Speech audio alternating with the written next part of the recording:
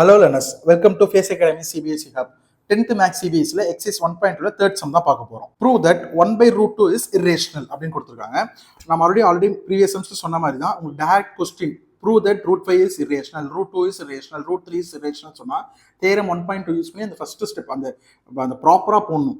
But 1 by root 2, root 2 plus 5, root 2 minus 5, 3 plus 2 root 5 இந்த மாதிரி sums கேட்டாங்கன்னா உங்களுக்கு ரூட் அந்த ரூட்டுக்குள்ள என்ன நம்பர் இருக்கோ அது ஆல்ரெடி உங்களுக்கு இரேஷனல் தெரியும் அப்படின்ற ஒரு அசம்ஷன் வச்சு நீங்க சம் போடணும். ஓகேவா?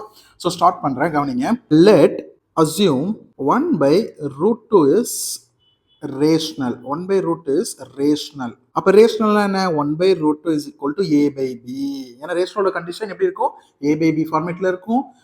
a and b are integer இருக்கும். b should not equal to 0. a and b are co-primes. இப்படி தான் இருக்கும். சரிங்களா? ஸோ இதை நம்ம கிராஸ் மல்டிப்ளை பண்ணோம்னா we will get b by a is equal to root 2. கரெக்டா? நமக்கு ஒரு கண்டிஷன் தெரியும். ஆல்ரெடி நமக்கு என்ன தெரியும்னா we know that root 2 is irrational உங்களுக்கு தெரியும். ஓகேவா? பட் b by a என்னது? ரேஷனல். அது ஒரு இன்டீஜர். ஓகேவா?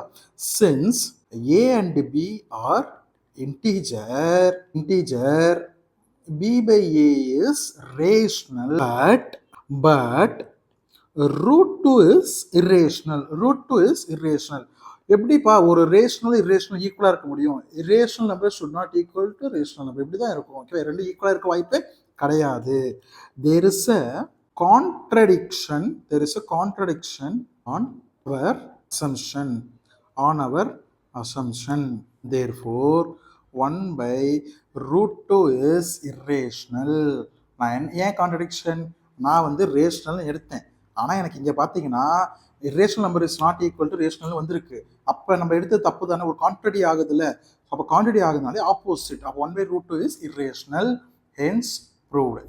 தேங்க்யூ பசங்களா. டவுட் ஏதாச்சும் இருந்தா கமெண்ட்ல போடுங்க, சப்ஸ்கிரைப் பண்ணுங்க. தேங்க்யூ.